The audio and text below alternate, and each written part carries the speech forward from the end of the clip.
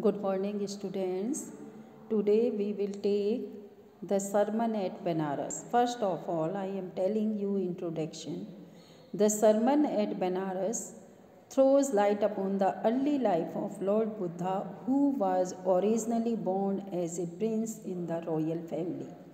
On being exposed to the suffering of the world which he was earlier shielded from, he left his princehood and went in search of salvation, thus leaving all the worldly pleasures behind. Upon attaining spiritual awakening, he gave his first sermon in the city of Benaras, hereby making a lady named Kissa Gotami realize that men are mortal and a wise person should not grieve at what is bound to happen, for it only enhances pain and suffering.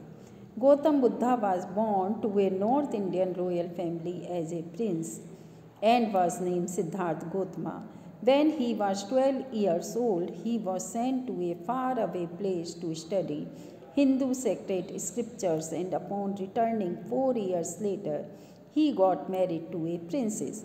Soon they both had a son and they continued to live the royal life for about 10 years. The royals were shielded from all the unpleasant experiences of the world until one day, on his way to hunt, the prince met a sick man, an aged man, a funeral procession, and a monk begging for alms.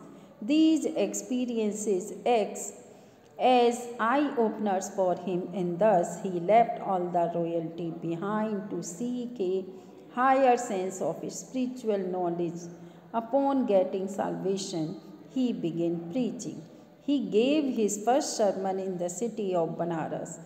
There was a lady named Kissa Gotami whose son had died.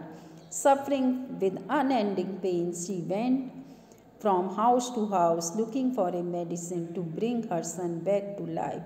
People started thinking that the lady had lost her senses.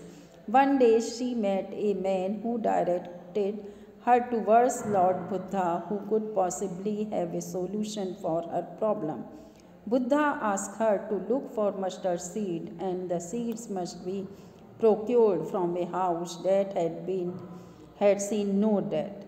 Reinstated with hope, Kissa Gotami once again went in search from house to house, but to her dismay, she could not find mustard seeds from a house that would fulfill Buddha's condition.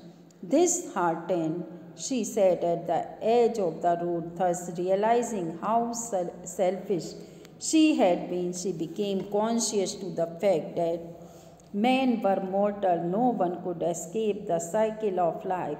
This was exactly what Buddha wanted her to understand.